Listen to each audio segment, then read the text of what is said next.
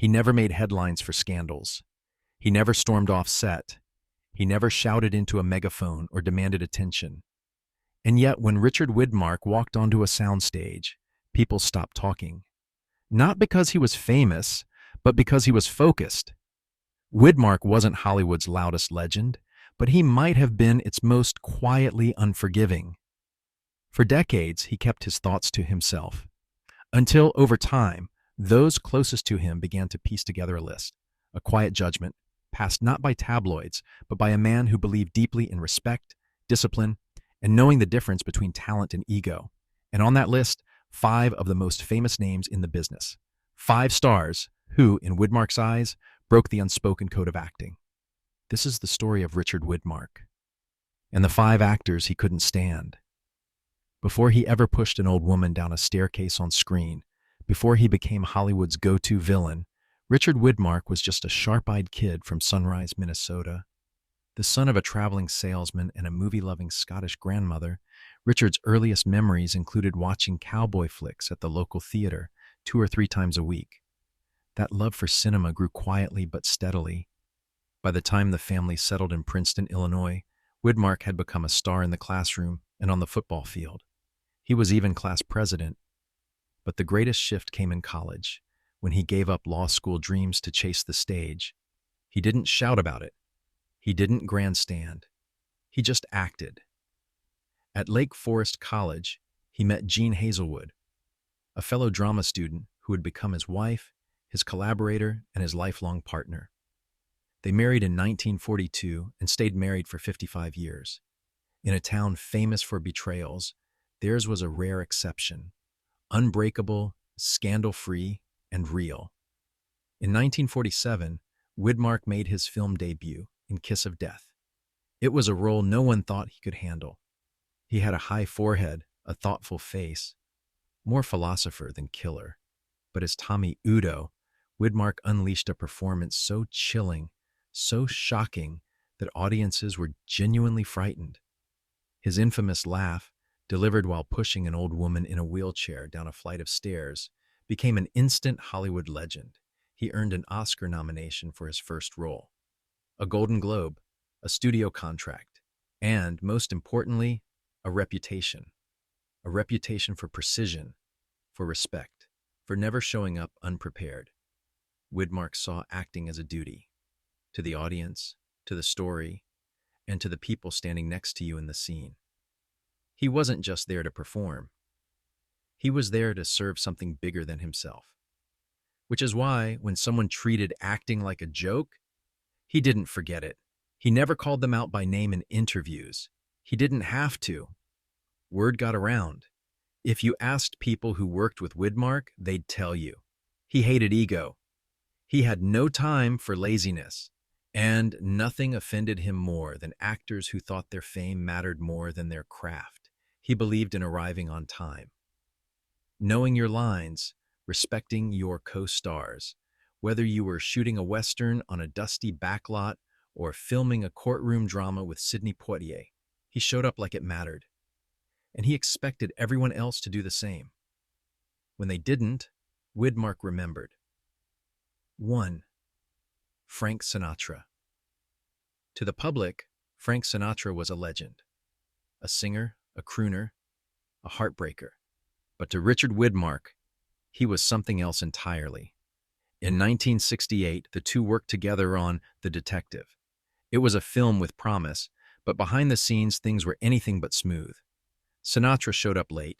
He breezed through scenes. He wanted everything done fast, with as few takes as possible. That approach clashed violently with Widmark's discipline. A crew member remembered, Richard felt Frank was all charm and no dedication. To Widmark, acting was sacred. To Sinatra, it looked like just another gig between concerts. And for a man who took the craft so seriously, that kind of attitude was unforgivable. 2. Marlon Brando. They never shared the screen, but that didn't mean Widmark didn't form an opinion. He respected Brando's raw talent. He even called him brilliant in passing. But everything else? The forgetfulness, the mumbling, the method acting madness. Widmark wanted no part of it. Brando was infamous for improvising lines, refusing rehearsals, and treating structure like a cage. To Widmark, that wasn't creative. It was selfish.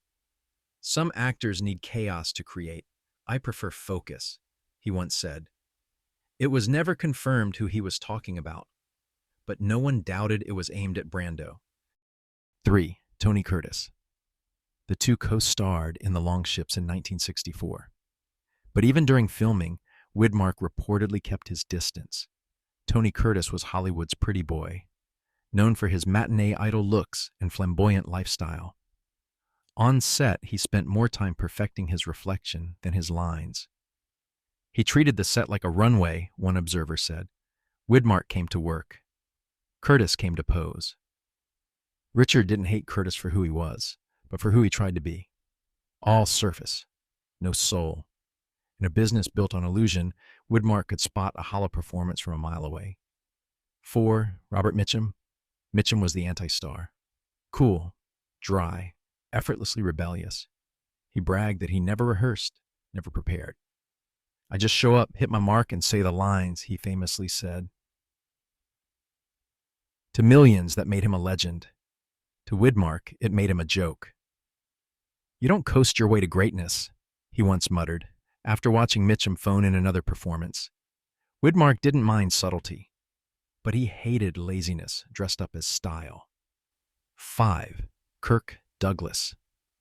Now this one surprised even his friends.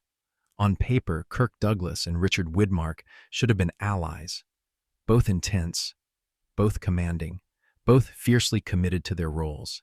But maybe that was the problem. Douglas wasn't just intense, he was overpowering. He took up space. He stole scenes. His voice, his gestures, his energy, it overwhelmed everything around him. There's only room for one storm in a scene, Widmark reportedly said, turning down a major role alongside Douglas. And Kirk brings the whole hurricane. To Widmark, acting was about collaboration. Douglas, in his view, made it a contest. Not everyone disappointed him. In fact, one co-star earned Widmark's lifelong respect, Sidney Poitier. They met on No Way Out, where Widmark played a brutal racist opposite Poitier's calm, dignified doctor. The material was raw. The tension was real. But off camera, they became friends. Every day, after delivering his lines, Widmark would turn to Poitier and quietly say, "You know this is just acting, right?" Poitier always smiled. "I get it, Dick. I'm an actor too." Years later, Poitier revealed something else. Richard Widmark was the first person in Hollywood to ever invite him to dinner. In his final decades, Widmark left Hollywood behind. He lived quietly on a Connecticut ranch, raised his daughter, and cared for Jean as she battled Alzheimer's. He gave up acting to stay by her side, only returning once for a brief role in True Colors, just to keep a promise. When Jean passed in 1997, Widmark sold the ranch. "Without her, it's not home," he said. In 2008, at age 93, Richard Widmark passed away peacefully. No scandal, no spotlight, just silence. But those who knew him, really knew him, remembered something else. A quiet man with a sharp memory and a sharper sense of justice. Richard Widmark never shouted into the wind, but he remembered every storm. He didn't blacklist, he didn't gossip. He simply acted and expected others to do the same. In a world of fame and facades, Widmark was something rare, steady, focused, unshakable. He didn't need the last word. His work said enough.